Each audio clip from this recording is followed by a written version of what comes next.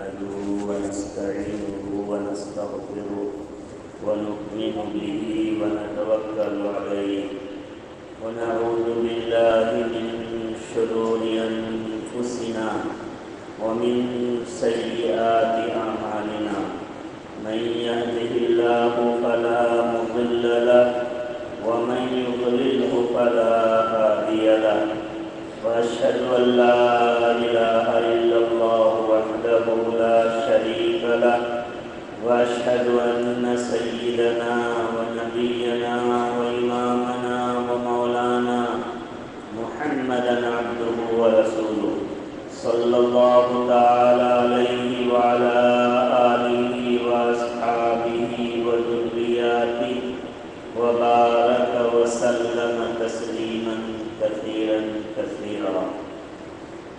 أما بعد، قال النبي صلى الله عليه وسلم في دعائه: اللهم إني أسألك علما نافعا، أو كما قال صلى الله تعالى عليه وسلم.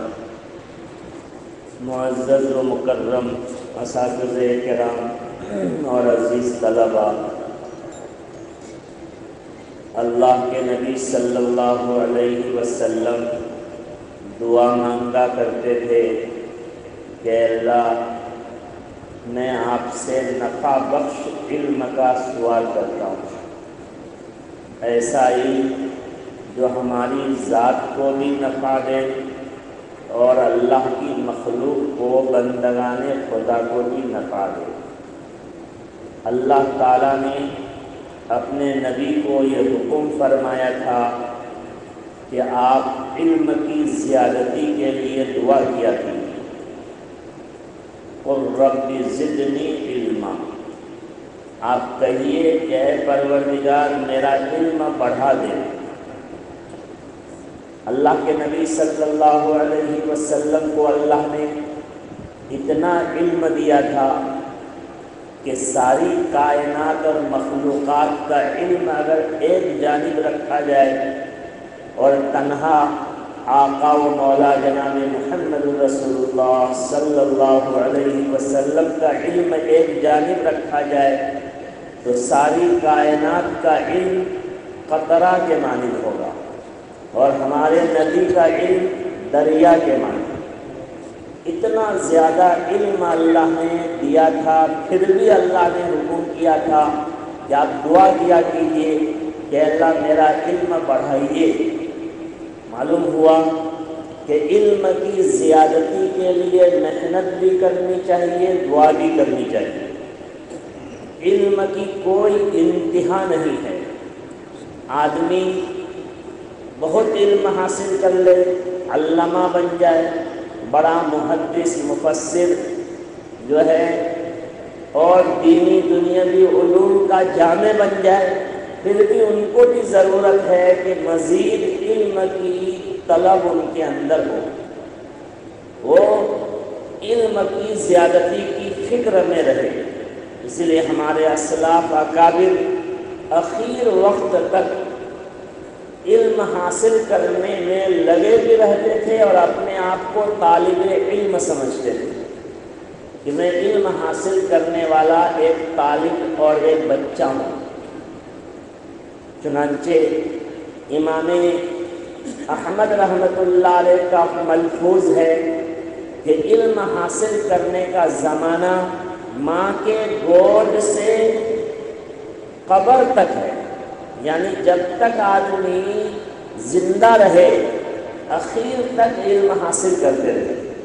بہت سارے محدثین کے ایسے واقعات ہیں کہ جان کنی کی حالت شروع ہو گئی، مرنے کی حالت علامت شروع ہو گئی، لیکن اس وقت بھی وہ سوال جواب کرنے لگے، مسئلہ معلوم کرنے لگے، شاگردوں سے مسئلہ پوچھنے لگے۔ کتنی ان کے اندر علم کی طلب اور تڑپ تھی۔ اس لیے عزیز طلبہ کرام، اللہ تعالیٰ نے آپ کو جس علم کے لیے منتخب فرما کر یہاں پہنچایا ہے، یہ بہت قیمتی دولت ہے۔ دنیا میں آدمی دولت کماتا ہے تو آدمی کا ایک ٹارگیٹ ہوتا ہے مجھے کروڑ پتی بننا ہے، مجھے ارب پتی بننا ہے۔ ایک وقت ایسا بہت مرتبہ آتا ہے کہ آدمی سوچتا ہے کہ میں بہت دولت کما لیا، لیکن علم ایک ایسی چیز ہے کہ اس میں کوئی انتہا نہیں ہے کہ میں بہت علم حاصل کر لیا اب نہیں کرنا ہے، ایسا نہیں۔ اسی لیے اللہ نے آپ کے لیے، آپ کو علم کے لیے منتخب کیا، یہ اللہ کی بہت بڑی مہربانی، بہت بڑا احسان ہے۔ رضینا قسمت الجبار فینا، ہم اللہ کی تقسیم پر خوش ہیں کہ اللہ نے ہمارے لیے علم کا حصہ عطا کیا۔ وَلِلْجُہَالِ مَالُ، اور جاہلوں کو اللہ نے مال دیا۔ مولویوں کو زیادہ مال نہیں ملتا، لیکن اس پر ہم کو خوش رہنا چاہیے کہ اللہ نے جو تقسیم کیا کہ بے وقوفوں کو، جاہلوں کو، بہت مرتبہ ایک آدمی انگوٹھا چھاپ ہے اور کروڑ پتی ہے، ان کو مال دیا اور ہم کو علم دیا۔ مال تو ضائع ہونے والی چیز ہے، ختم ہونے والی چیز ہے۔ ایک آدمی کے پاس کروڑ روپے ہیں، لیکن آج اگر نوٹ بندی کا اعلان ہو جائے کہ جس کے پاس جو نوٹ ہے وہ کاغذ کی رتی اور ٹکڑا ہے، آئندہ اس کا کوئی اعتبار اور ویلو نہیں ہوگا، تو وہ کروڑ پتی ایک منٹ میں خاک پتی بن جائے گا، ان کے پاس کچھ نہیں ہوگا۔ 2000 کے نوٹ کے گڈی کے گڈی رکھے رہیں گے، پھر بھی وہ کنگال اور فقیر ہوگا۔ تو مال کی کوئی حیثیت نہیں ہے، لیکن جو علم اللہ سینے میں رکھتے ہیں اس کو دنیا کا کوئی آدمی اس کی بندی نہیں لگا سکتا ہے، کوئی ڈاکو اس کی ڈکیتی نہیں کر سکتا ہے، کوئی گنڈا اس کو چھین نہیں سکتا ہے۔ اللہ نے لازوال نعمت سے نوازا ہے، اس لیے اس نعمت کی ہمیں قدر کرنی چاہیے، ہمارا حوصلہ بلند ہونا چاہیے، ہم کو سوچنا چاہیے کہ ہم کو اللہ نے جہاں پہنچایا اس سے زیادہ سکون کی، اطمینان کی، راحت کی، آرام کی دنیا میں کوئی جگہ نہیں۔ ہمارے بہت سارے ساتھی ایسے ہوں گے جو اسکول میں پڑھتے ہوں گے، بعض کما رہے ہوں گے، بعض گھر میں کبڈی کھیل رہے ہوں گے، لیکن ہمیں ان ساتھیوں پر رشک نہیں کرنا چاہیے کہ وہ مزے میں ہیں، ہم پریشانی میں ہیں۔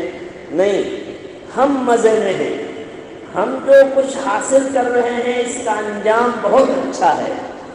ایسے ایسے علم والے دنیا میں پیدا ہوئے کہ ان کا گھرانہ خاندانی حیثیت سے، سماجی حیثیت سے بالکل گرا ہوا تھا۔ عورتیں ان کے گھر میں چائے تک نہیں پیا کرتی تھی، لیکن اللہ نے ایسے گھرانے کے بچے کو عالم دین بنا دیا، عالم حقانی ربانی بنا دیا، تو فوراً ان کا جو ہے درجہ اونچا ہو گیا۔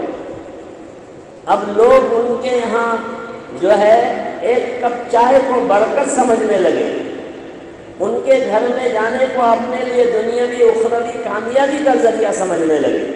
یہ علم کا مقام ہے۔ اس لیے عزیز طلبہ کرام، اللہ تعالیٰ نے آپ کو قرآن سیکھنے کے لیے، حافظ قرآن بننے کے لیے، عالم دین بننے کے لیے یہاں بھیجا ہے۔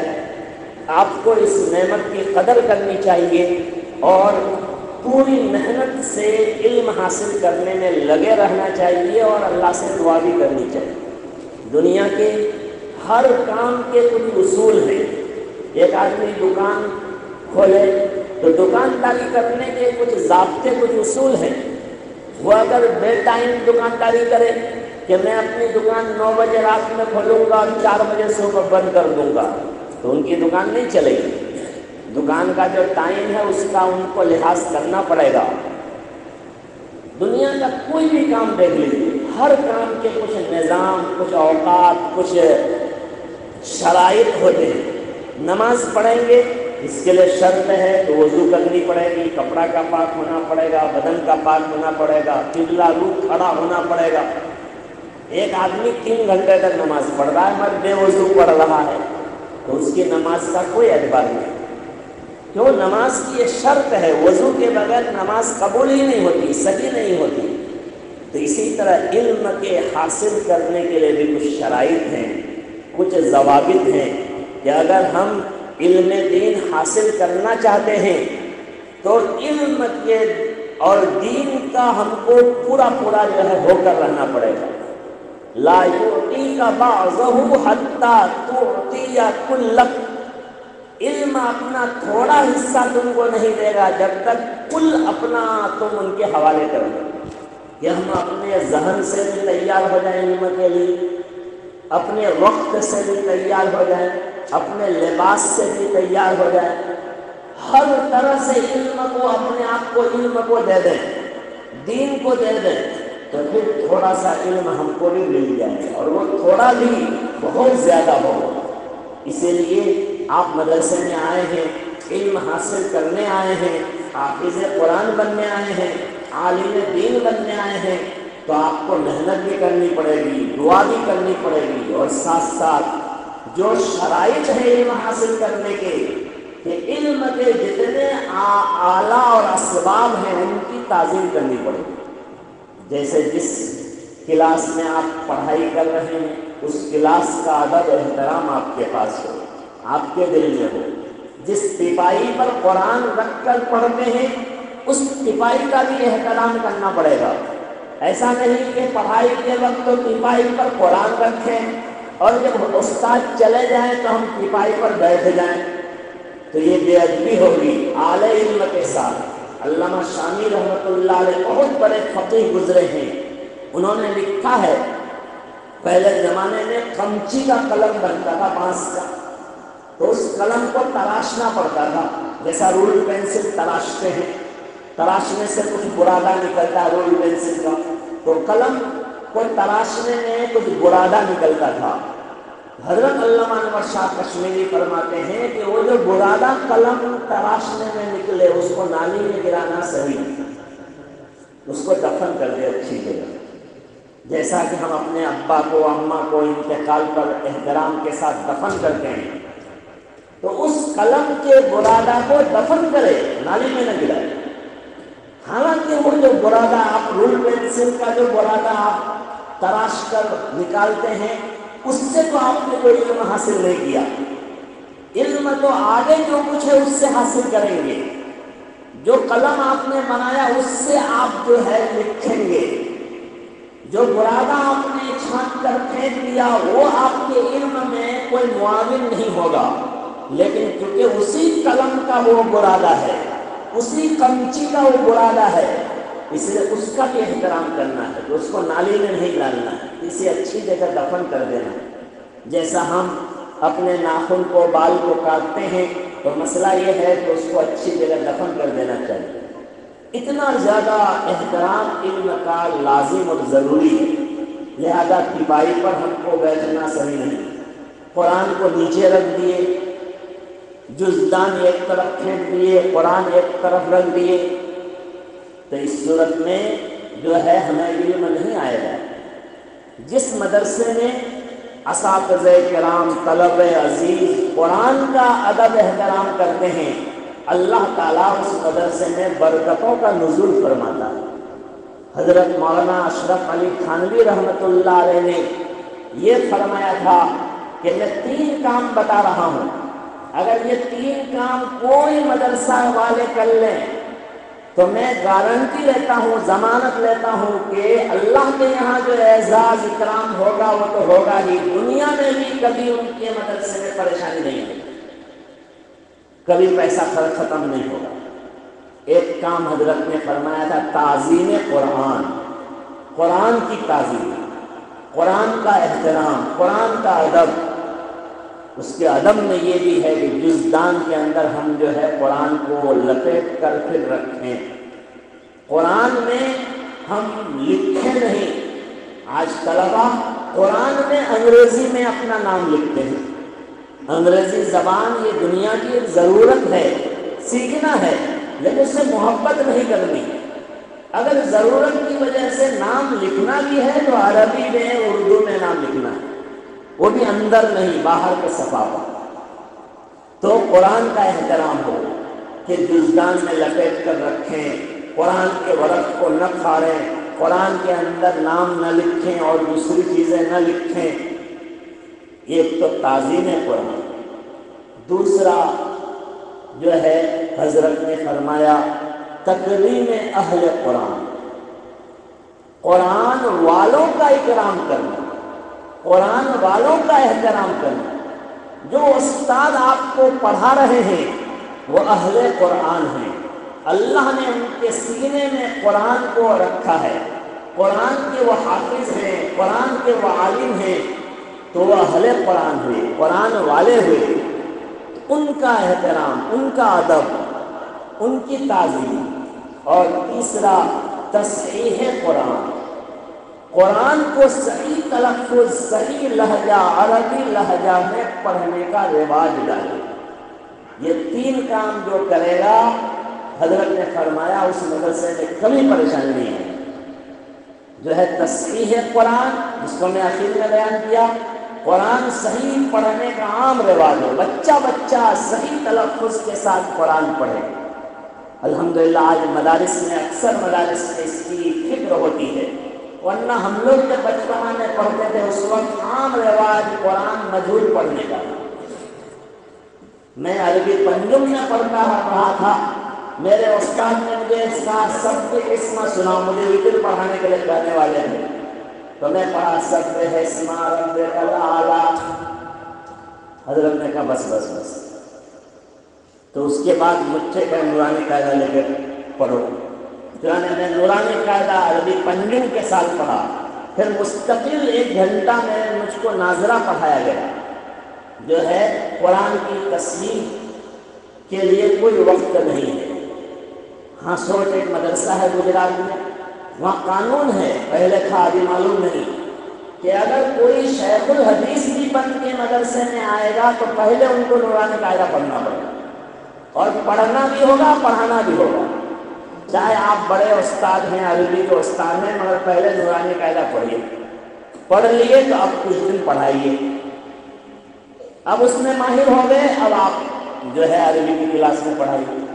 تو لہٰذا تصحیح قرآن، قرآن صحیح پڑھنے کو لازم سمجھے، اس میں کوئی عیب نہ سمجھے کہ ہم بڑے ہیں، ہم اپنی تصحیح کیسے کریں گے۔ نمبر 2 جو ہے تعظیم قرآن، قرآن کی تعظیم کرے، قرآن کا احترام کرے، اور تکریم اہل قرآن، قرآن والے حفاظ اور جو قرآ، ان کی عظمت دل میں ہو، ان کا احترام کرے۔ یہ 3 کام جس مدرسے میں ہوگا اس میں کبھی کوئی پریشانی نہیں آئے۔ حضرت تھانوی رحمۃ اللہ علیہ کے شاگرد رشید اور خلیفہ اجل حضرت مولانا ابرار الحق صاحب ہردوئی رحمۃ اللہ علیہ، انہوں نے حضرت کی اس وعظ کو سن کر عزم لیا کہ مجھے انہی 3 باتوں کے ساتھ مدرسہ قائم کرنا ہے، جس کی بنیاد سے میں یہ 3 باتوں کا لحاظ کروں گا۔ چنانچہ ہردوئی میں حضرت نے مدرسہ قائم کیا۔ اس وقت ہردوئی کا ماحول حضرت کے موافق نہیں تھا۔ جس مسجد میں جمعہ پڑھنے جاتے تھے، اس مسجد میں جب فارغ ہو کر جمعہ پڑھنے گئے اور امام صاحب منشی جی سے کہے کہ تھوڑی سی تقریر کر دو، کہا نہ تم دیوبند سے پڑھ کے آئے ہو، دیوبند کی اور تمہاری تقریر کرنے نہیں دیں گے، منع کر دیے تقریر کرنے سے۔ حضرت نے فرمایا اچھا ایک کام کرو، اللہ کے نبی کی ایک حدیث اور ترجمہ ہے سنا دیتا ہوں۔ بھائی رسول اللہ سے سب محبت کرتے ہیں، میں اپنی ایک بات نہیں بولوں گا۔ کہاں اتنا کر سکتے؟ تو حضرت اٹھے، ایک حدیث پڑھے، اس کا ترجمہ کیے، بیٹھ گئے۔ دوسرے جمعہ میں بھی اسی طرح گئے، کہنے ایک حدیث پڑھوں گا، ترجمہ کروں گا، بیٹھ جاؤں گا، اپنی کوئی بات کہوں گا ہی نہیں۔ اس طرح سے اس مسجد میں ہر ہفتہ جانے لگے، اور جو ہے جاتے جاتے بعد میں یہ حال ہوا کہ آج ہردوئی میں وہ تبلیغی اور دعوت کا مرکز ہے وہ مسجد۔ تو وہاں کا ماحول بھی موافق نہیں تھا، لیکن حضرت نے ان 3 باتوں کا لحاظ کر کے مدرسہ قائم کیا۔ اللہ نے اتنی برکت دی، اتنی برکت دی کہ وہاں سیج لوگ، مالدار لوگ پیسے دینے کے لائن لگاتے تھے کہ جو ہے حضرت ہماری رقم قبول فرما لیجیے۔ حضرت بتاتے کہ پورے سال کا بجٹ بھائی 10 لاکھ روپے، بھائی اتنا ہی لینا ہے۔ جہاں 10 لاکھ روپے پورا ہو گیا، حضرت جو ہے کہہ دیتے کہ بھائی اور ہمارے مدرسے میں ضرورت نہیں، کسی اور مدرسے میں جا کر۔ لوگ کہتے ہیں حضرت آپ قبول کر لیجیے، آپ کسی مدرسے میں اپنے ہاتھ سے دے دیجیے گا۔ حضرت کا کہنا میں تمہاری زکوٰۃ تمہارا صدقہ اپنے اوپر مصیبت میں کیوں لوں، تم جا کے خود لو جہاں چاہو۔ اس طرح بے نیازی کے ساتھ حضرت نے مدرسہ قائم کیا اور کہیں چندہ کرنے کے لیے کسی کو نہیں بھیجتے تھے، لیکن اللہ تعالیٰ نے اس مدرسے کو بہت ترقی کیا، اس کا فیض دنیا میں بہت زیادہ پہنچا اور آج بھی پہنچ رہا ہے۔ اس لیے عزیز طلبہ کرام، آپ بھی قرآن صحیح پڑھنے کے لیے محنت کیجیے، مشق میں بالکل دل و جان سے جو ہے شوق سے حاضر ہوئیے، اپنے استاد کے پاس جو ہے شوق سے تلفظ صحیح کرنے کے لیے جو ہے پہنچیے، محنت کیجیے اور قرآن کا ادب و احترام کیجیے۔ اور آپ کے سامنے اہل قرآن آپ کے اساتذہ کرام ہیں، ان کا ادب و احترام کیجیے تو آپ کی زندگی میں بھی برکت ہوگی اور آپ کی برکت سے مدرسے میں بھی برکت ہوگی۔ تو لہذا جو ہے اللہ تعالیٰ نے آپ کو جو یہ منتخب فرمایا ہے علم کے لیے، یہ بہت بڑی دولت ہے۔ اس دولت کے لیے حاصل کرنے کے لیے جو شرائط ہیں ان میں سے میں نے کہا کہ اپنا کل کا کل دینا پڑے گا، مزاج بھی دینی بنانا پڑے گا، لباس بھی دینی بنانا پڑے گا۔ بہت سارے آج کل بچوں کو دیکھتے ہیں یہ چھٹی میں گھر جاتے ہیں تو پینٹ شرٹ پہن لیتے ہیں، یہ اسکول میں پڑھتے تھے اس وقت کا پینٹ شرٹ ہے۔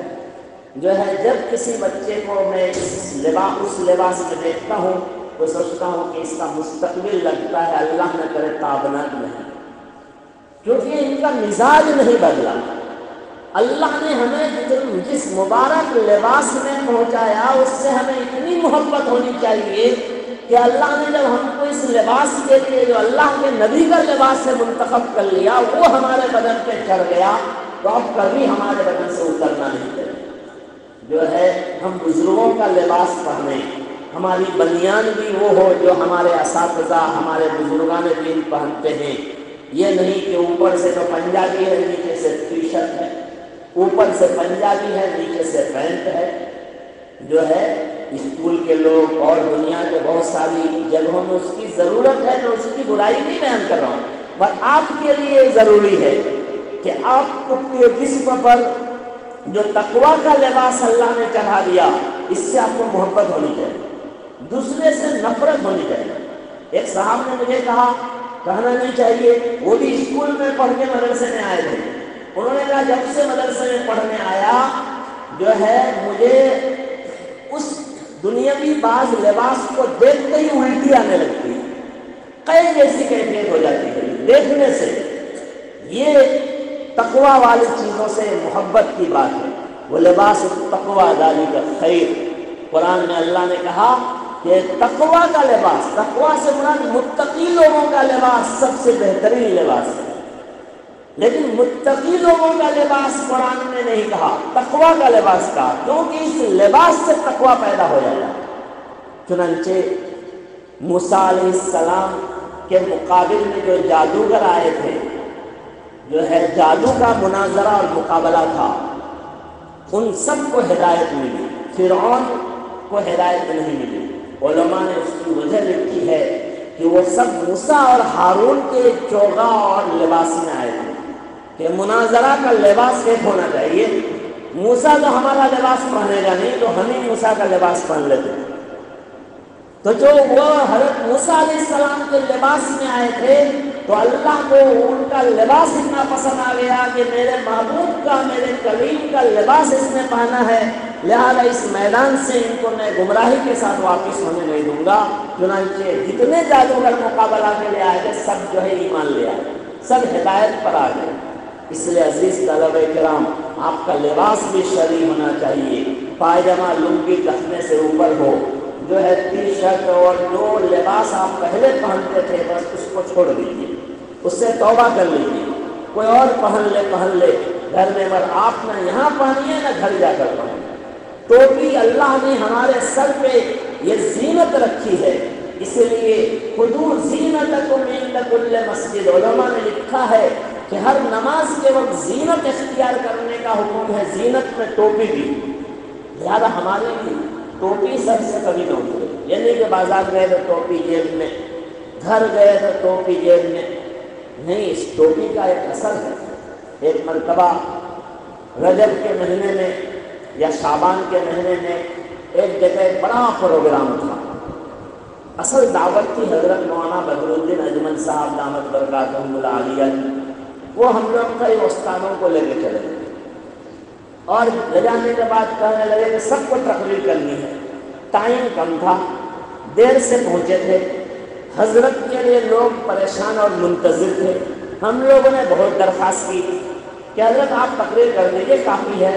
کہا نہیں, سب کو کرنا ہے, چاہے 2 منٹ کیجیے. تو مجھے کہا 2 منٹ, مجھے بھی کہا کہ کچھ دیر کیجیے. تو میں نے حالات کے اعتبار سے میں ایک ہی بات کہا کہ بھائی دیکھو, اب آگے شب برات ہے, رمضان آ رہا ہے, ایک وعدہ صرف کر لو کہ آج سے عید تک سب لوگ سر پر ٹوپی جو ہے ضرور رکھیں گے.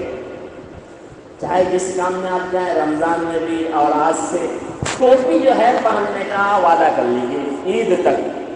بعد میں آپ کیا کریں گے نہیں کریں گے آپ جانیں.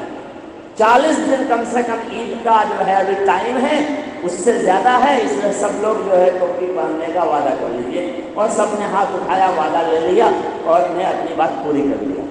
بعد میں مولانا بہت خوش ہو کر کہنے لگے کہ آپ نے تو بہت مختصر وقت میں سب کے سر پہ ٹوپی پہنا دیا. میں یہی سوچا کہ ایک آدمی ٹوپی سر میں لگائے گا اور روزہ نہیں رکھے گا, ٹوپی سر میں لگا کے بازار جائے گا اور نماز نہیں پڑھے گا, ایسا نہیں ہوگا. ان کی ٹوپی ان کو مجبور کرے گی کہ جو ہے نماز پڑھو, تراویح پڑھو. لوگ تانا دیں گے کہ ٹوپی پہن کے گھومتا ہے اور نماز بھی نہیں پڑھتا, تو ان کو خود شرم آئے گی. اس لیے عزیز طلبہ کرام, ہمارا لباس بھی دینی اور شرعی ہونا چاہیے. جو ہے ہم اپنے گھر کے لباس کو بالکل 3 طلاق دے دیں, اس کو کبھی نہ پہنیں, نہ گھر میں یہاں پہنیں نہ گھر میں جا کر پہنیں. ہمارے سر میں ہمیشہ ٹوپی رہے, جو ہے چاہے ہم بازار میں جائیں, گھر میں جائیں, رشتے دار کے یہاں جائیں. اس لیے کہ اب ہماری عزت اللہ تعالیٰ نے اسی میں رکھی ہے. ہم اس کے خلاف کریں گے تو ہم کو عزت نہیں ملے گی.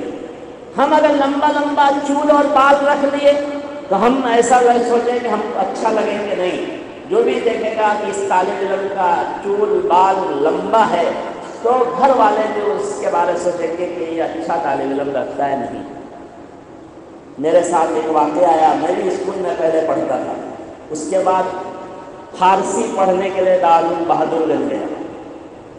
بیچ میں غالباً 6 ماہی چھٹی میں میرے ایک بھائی اور میرے ایک ماما زاد بھائی, 3 آدمی ہم اپنی بہن کے یہاں اسلام پور گئے. اس زمانے میں موبائل سنیما ہال نہیں بنا تھا. سنیما دیکھنے کے لیے, فلم دیکھنے کے لیے لوگ ہال میں جاتے تھے. ہر شہر میں مختلف فلم ہال تھا.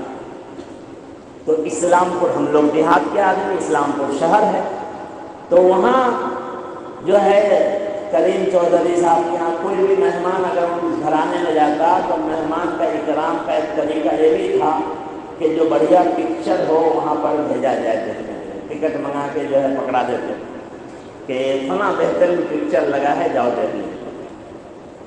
خیر, ہماری بہن ہمارے بہنوئی بھی کہے کہ فلاں پکچر بہت اچھا ہے, لوگ دیکھ کے آؤ. ٹکٹ منگا کے لیے میں نے کہا میں تو مدرسے میں پڑھنے چلا گیا ہوں, میں نہیں لے جاؤں گا دیکھنے. اور اب میرے ماما جان بھائی نے کہا, جو بیچ میں بہت بگڑ گئے تھے, ابھی پھر بہت متقی پرہیزگار اور پانچوں وقت کے نماز کے الحمدللہ پابند بن گئے. تو انہوں نے کہا کہ اگر یہ نہیں جائے گا تو میں بھی لے جاؤں گا. مطلب مجھے لے جانا تھا. میں نے کہا میں تو کسی حال میں نہیں جاؤں. میری بہن کہنے لگی کہ ابھی بچہ ہو, ابھی جو ہے داڑھی بھی نہیں آئی ہے, بچپنا میں کیا ہے, اس میں بہت سب سبق ملتا ہے. میری یہ بہن نہیں گئے جس سے بہت نالج حاصل ہوگا, جو ہے یہ وہ ادھر ادھر بہت ترغیب دی. میں نے کہا میں نہیں جاؤں گا. مدرسے میں پہنچ چکا ہوں, اس لیے میں توبہ کر چکا ہوں. اب میں آئندہ کبھی جو ہے فلم ہال جانا دور کی بات, اس کے قریب میں نہیں جاؤں. میں بہت ہی ان لوگوں نے اصرار کیا اور میں شدت سے انکار کیا. میرے دونوں ہی وکیل ہیں ابھی بھی, انہوں نے بہت اصرار کیا اور میں نے بہت انکار کیا اور میں نہیں گیا. جب وہ اصرار کرنے لگے تو میں بستر پہ لیٹ کر رونے لگا. جب میں رونے لگا تو بہن رونے کو منع کی کہ نہیں وہ رو رہا ہے چھوڑیے، اور ان دونوں کو کہے تم لوگ چلے گئے۔ پھر وہ لوگ چلے گئے۔ ان کے جانے کے بعد میرے بہنوئی نے اسی وقت 5 منٹ بعد کہا، وہ حالانکہ دنیا دار آدمی تھے اور آج بھی ہیں، لیکن انہوں نے اسی وقت کہا کہ یہ لگتا ہے پکا مولوی بنا جو ہے، یہ صحیح بات ہے۔ جو آدمی جس لائن میں جائے اس لائن کا ہو کے رہے تو ہی کامیابی ملے گی۔ جو آدمی ابھی 5 منٹ پہلے مجھے ترغیب دے رہے تھے اور جو ہے سمجھا رہے تھے بھیجنے کے لیے، وہی آدمی مجھ سے جو ہے میرے بارے میں اچھی باتیں اور اچھے مستقبل کے جو ہے بہت ساری یعنی انہوں نے پیشن گوئی دینے لگے وہ کہ جو ہے ایسا بنے گا ویسا بنے گا، ایسا ہی ہونا چاہیے۔ اور وہ واقعہ ہے اور آج ہے۔ وہ لوگ ہمارے خیال دیوبندی خیال کے نہیں ہیں، لیکن اس کے باوجود وہ ہمیشہ جو ہے مجھ سے میں تعویذ نہیں لکھتا ہوں، ہمارے قاری صاحب تعویذ کے ماہر ہیں، لیکن وہ کہتے ہیں ان کو میری ہی تعویذ چاہیے گا، تمہاری تعویذ سے فائدہ ہوگا۔ اور آج بھی ان کو اتنی عقیدت اتنی محبت ہے کہ ان لوگوں کے 3 سال سے بھی عقیدت محبت ملی ہے۔ تو عزیز طلب کرام، یہ واقعہ بیان کرنے کا مقصد کوئی اپنی خوبی بیان کرنا نہیں ہے، آپ کو ایک سبق دینا ہے کہ اگر ہم جو ہے پورا دین میں لگیں گے اور یہاں کے ہو کے رہیں گے تو جو لوگ آج ہم کو گناہ کی طرف لے جانا چاہتے ہیں وہ بھی ہماری تعریف کریں گے۔ اس لیے آپ جو ہے یہ عزم لیجیے کہ اب ہم کو محنت بھی کرنی ہے، دعا بھی کرنی ہے، لباس پوشاک بھی عالمانہ جو ہے لازم اور فرض کے درجے میں اختیار کرنا ہے۔ گھر میں یا یہاں یا وہاں کہیں پر بھی اس لباس کو نہیں چھوڑنا ہے۔ ٹوپی سر سے تو کبھی اترنے نہیں دینا ہے۔ انشاءاللہ اس طرح کریں گے تو اللہ کی طرف سے جو ہے اچھے فیصلے ہوں گے۔ ہمیں میں سے کوئی محدث بنے گا، کوئی مفسر بنے گا، کوئی علامہ بنے گا، کوئی پتہ نہیں کون کہاں پہنچے گا۔ جتنے بڑے بڑے علماء فقہا ہیں وہ تو انہی مدرسوں میں آپ ہی کے طرح سے جو چٹائی پر بیٹھ کر پڑھنے والے۔ آپ نے کن کے نصیب میں اللہ نے کتنا تابناک مستقبل لکھا ہے یہ تو آپ بھی نہیں جانتے، ہم بھی نہیں جانتے، لیکن جو ہے اللہ انہی کے لیے رہنمائی کرتے ہیں جن کے دل میں خود بھی توجہ یہدی الیہ من ینیب۔ اللہ اپنی طرف رہنمائی کرتے ہیں جو اللہ کی طرف رجوع کرے۔ تو انشاءاللہ پہلا کام یہ کرنا ہے کہ خوب محنت کرنی ہے۔ کریں گے بھائی؟ یا استاد کو دیکھ کے خالی سر ہلائیں گے؟ ایسا کریں گے تو آپ سمجھ رہے ہیں کہ ہم استاد کو دھوکہ دے رہے ہیں، اور حضرت دیکھ رہے ہیں تو سر ہلا دیں، حضرت ادھر دیکھ رہے ہیں تو گپ کرنے لگے۔ ہاں اور سمجھتے ہیں کہ ہاں استاد کو ہم دھوکہ دیے۔ استاد کو دھوکہ نہیں دے رہے، ہم اپنے آپ کو دھوکہ دے رہے ہیں، ہم اپنا وقت ضائع کر رہے ہیں، ہم اپنے آپ کو برباد کر رہے ہیں۔ اس لیے دل سے جان سے بالکل محنت میں لگنی ہے۔ نمبر 2، ہر دن ایک مرتبہ کم سے کم گریہ زاری کے ساتھ اللہ سے مانگنا ہے، اللہ سے دعا کرنی ہے کہ اللہ مجھے عالم دین بنا، مجھے حافظ قرآن بنا، مجھے دین کا خادم بنا لے، مجھے دین کے لیے پسند کر لے، یہ دعا کرنی ہے۔ بچپنا میں جو ہے آپ بے گناہ ہیں، آپ کی دعائیں اللہ کو کے یہاں جتنی محبوب ہے، ہم لوگوں کی دعائیں اللہ اپنے فضل سے قبول کر لے۔ ہم تو بہت سارے جو ہے غلطیوں میں گناہوں میں پڑے رہتے ہیں، لیکن آپ تو بے گناہ ہے، جب تک بچہ بالغ نہ ہو بے گناہ ہے، اس لیے آپ کی دعا میں زیادہ اثر ہے۔ لہذا جو ہے اللہ سے ہر دن ایک ٹائم خاص کر کے مغرب سے پہلے، سونے سے پہلے، تہجد کے وقت اللہ موقع دے دے 2 رکعت پڑھ کے دعا کریں، اپنے لیے بھی، امت کے لیے، مدرسے کے لیے انشاءاللہ کریں گے، کریں گے۔ نمبر 3، مدرسے کا، دفاعی کا، درسگاہ کا، استاد کا، ذمہ دار کا اور آنے والے مہمانوں کا، ہر ایک کا ادب و احترام کریں گے انشاءاللہ۔ نمبر 4 جو ہے جو لباس ہمارے سر پر اللہ نے بدن پر ڈال دیا ہے اس کو کبھی نہیں بدلے، کریں گے ایسا؟ اب بہت مرتبہ انجانے میں عجیب عجیب طرح کا لباس آج کل طلبہ پہنتے ہیں، جو ہے ابھی میں دکھاؤں گا تو شرمندگی ہو جائے گی، صرف دکھا نہیں رہا ہوں، میں دیکھ رہا ہوں، جو عورتوں کا لباس، عورتوں کا کپڑا، بٹن عجیب عجیب طرح کا، سینہ پہ کوئی لباس الگ سے کپڑا، کوئی کلر میں الگ سے کپڑا، یہ اچھا لباس ہے۔ آپ کے اساتذہ کو دیکھیے کیسا لباس ہے، اپنے استادوں کے لباس کو اختیار کیے۔ ایک کشمیر کا طالب علم ایک مرتبہ جو ہے سردی کے زمانے میں کوئی ایسا لباس پہنا تھا، حضرت قاری عثمان صاحب رحمۃ اللہ علیہ کو میں نے خود سنا فرمانے لگے کہ تم نے اپنے کس استاد کی تقلید کی، کس استاد کی پیروی کی، کون استاد تمہارا یہ لباس پہنے ہیں؟ مطلب کوئی استاد نہیں پہنے ہیں، تو ہم اپنے کسی نہ کسی استاد کو اپنے لیے آئیڈل اور نمونہ بنائیں۔ تو انشاءاللہ یہ ٹوپی اور یہ لباس صحیح پہنیں گے اور کبھی بدلیں گے نہیں، نہ گھر میں نہ یہاں نہ بازار میں، ٹوپی کبھی سر سے نہیں اترنے لیں گے، کریں گے انشاءاللہ۔ اللہ تعالیٰ کہنے سننے سے زیادہ مجھے بھی عمل کی توفیق دے اور آپ تمام عزیز طلباء کو عمل کی توفیق دے۔ اللہ آپ کے مستقبل کو تابناک کرے، آپ کو دین کا سچا خادم بنائے، عالم ربانی حقانی محدث مفسر بنائے، آپ کو آپ کے والدین کے لیے، مدرسے کے لیے دنیا میں نیک نامی کا، ترقی کا ذریعہ بنائے، اور آخرت میں ہم سب کے لیے نجات کا اور رفع درجات کا ذریعہ بنائے۔ وآخر دعوانا الحمدللہ۔